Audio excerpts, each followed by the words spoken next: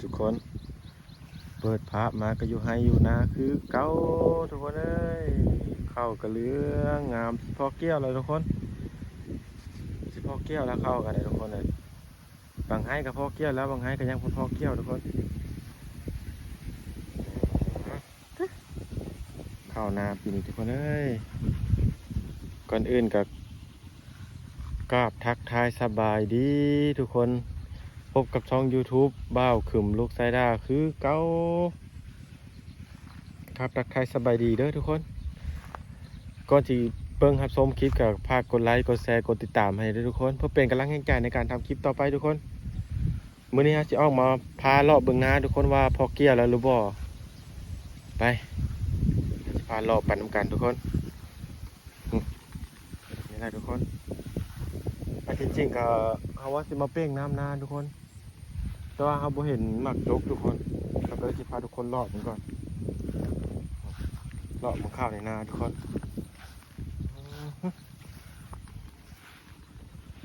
เหลืองงามล่ำทุกคน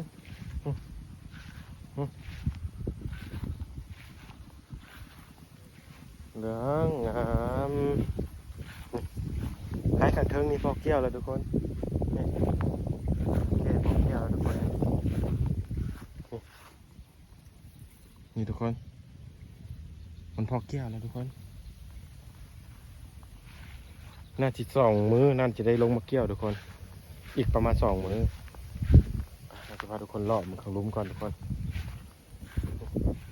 ไอ้ฟางนี้หากระออกมาทุกคนเนื้อบุพันพอเกี่ยว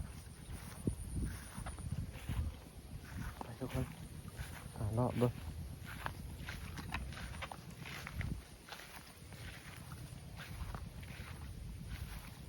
อย่าพาเบื่อพาหน้ากันเด้อทุกคนพาเบิ้งแต่ทงให้ทงนะฮะฝากกดไลค์กดแชร์กดติดตามมันเด้อ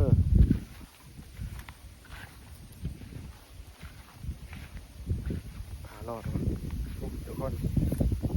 ข้าวนาปีนี้ทุกคนทุกคน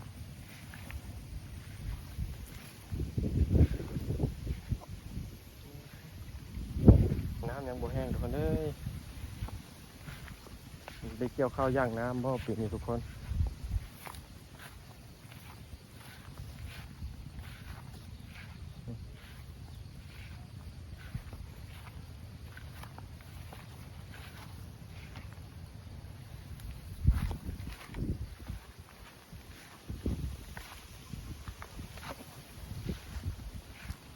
ทางลุ้มก็สิประมาณนี้ทุกคนนี่ทุกคน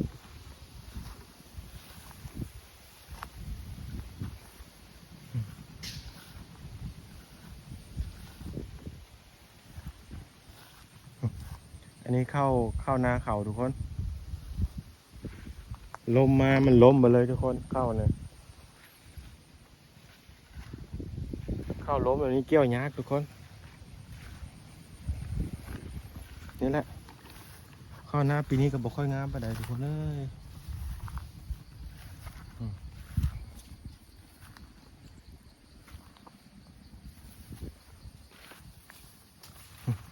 บ่ค่อยงามปานใดทุกคน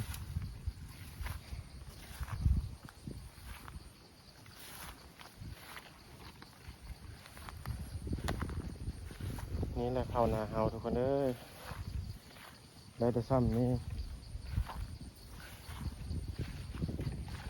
แล้วทางเทิงอีกทุกคนนะสิพาทุกคนไปรอบอีก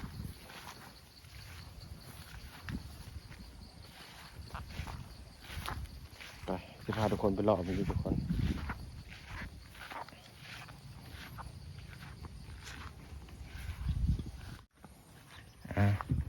ตัดภาพมาบัดนี้ก็สิพาทุกคนเลาะเบิกทางเทิงทุกคนเลาะทางลุ้มแล้วก็สิเลาะทางเทิงทุกคนไปเลาะกันทุกคนเมื่อกี้นี่เลาะทางลุ้มแล้วทุกคนสิพาเลาะทางเทิงตัดภาพมาบัดนี้นี่มันจะมีข้าวอีกแบบหนึ่งทุกคนอีกข้าวตัวนี้ทุกคนนี่มันบรันแก่ครับทุกคน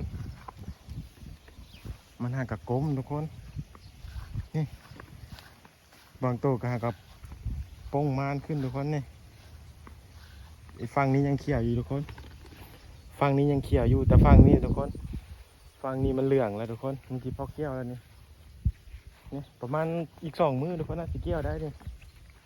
นี่แหละนี่ทุกคนฝั่งนี้เขียวฝั่งนี้เหลืองไปสิพาทุกคนครับ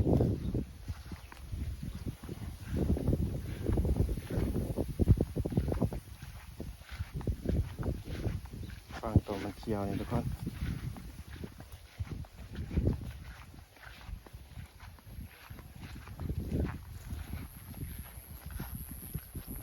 ฝั่งนี้เหลืองฝั่งนี้เหลืองทุกคน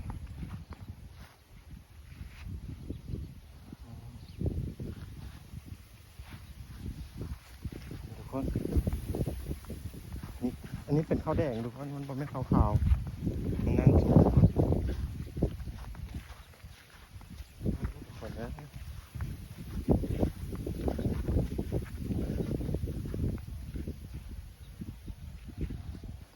หลอกมันทั้งนี้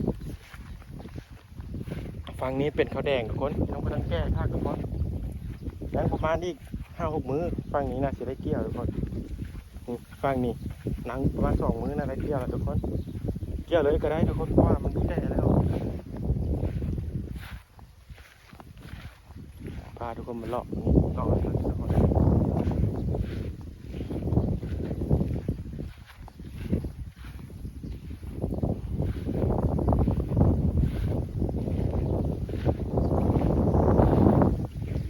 น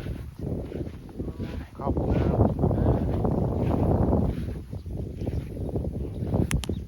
นี่แหละทุกคน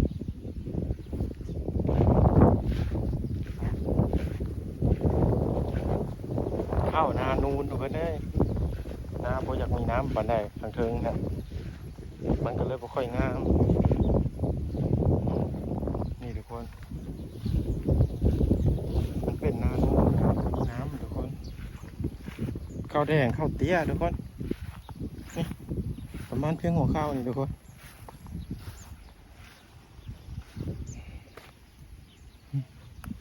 น้ำกระแม่นให้ทางเทิงนะกระแม่นทุกคนกระสิประมาณนี้ทุกคนหน้าในน้อยนึงทุกคนเลยกระสิประมาณนี้แหละวันนี้พามาหลอกเบิ่งให้เบิ่งหน้าทุกคนทีแรกเขาว่าจะมาปล่อยน้ำอีกทุกคนแต่ว่ามันบ่เห็นมักจกทุกคนมักจกเขาหัวมันเสียไปใส่เอาไว้ในเถียงนะเขาก็เลยได้แต่เลาะมันไม่ได้ปล่อยซ้ำน้ำทุกคน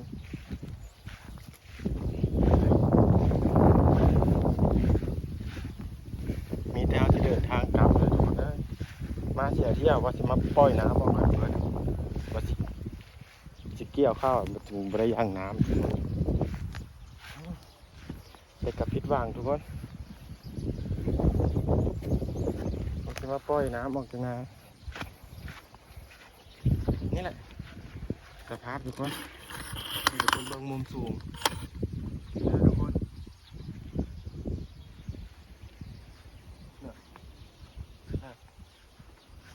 เป็นประมาณนี้แหละทุกคน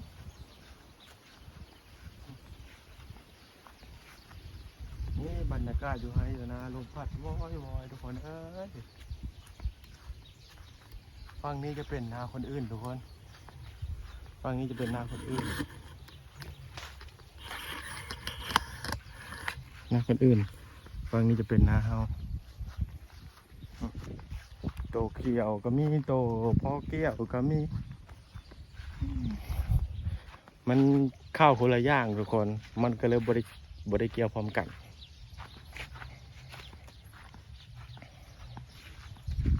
บรรยากาศอยู่นานทุกคนบรรยากาศลมพัดวอยบรรยากาศดีแห้งเย็นมาก็จะได้จบคลิปเพียงเท่านี้ทุกคนก่อนอื่นก็ฝากเป็นกำลังแห่งใจให้ด้วยทุกคนฝากกดไลค์กดแชร์กดติดตามให้ทุกคนเพื่อเป็นกำลังแห่งใจในการทำคลิปต่อไปทุกคนนี่แหละใครที่เข้ามารับชมคลิปนี้ก็ขอให้สุขสบายดีขอให้อยู่ดีมีแหงเบิดสุขุสุคนเด้อ